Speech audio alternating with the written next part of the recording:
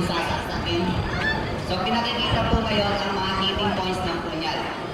5, 6 sa kaliwang dibdib, 7 sa kalikanan. Ang ikalawang tama po ay sa pagitan ng mata. Kung hindi po natin nasangga yun, siguradong tatamaan tayo. So ipakikita po ang pagsangga. Kasama na po ang atake. So sasaksakin po sa kanan.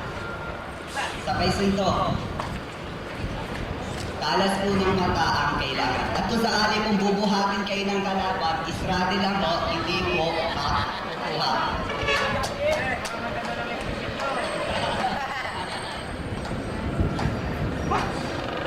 Kung sakali po ang saksa ay diretso.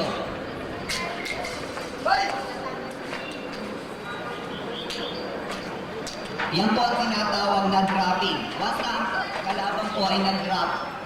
Po, balik po ang inisumpungan. Yan po ang tinatawag nila punti drop.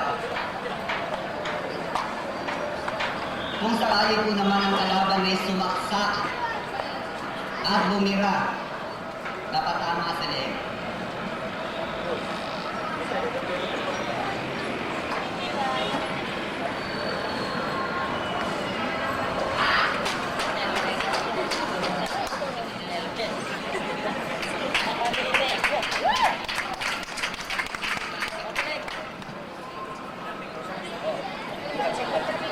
Pressure po ang ginagamit ng isang boxing.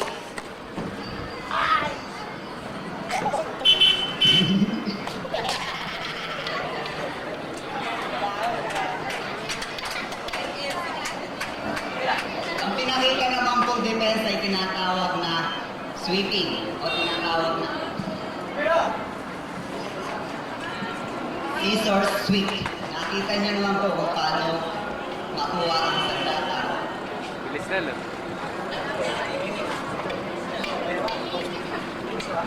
So, yan po ang kung sakaling nagkaroon ng sandata.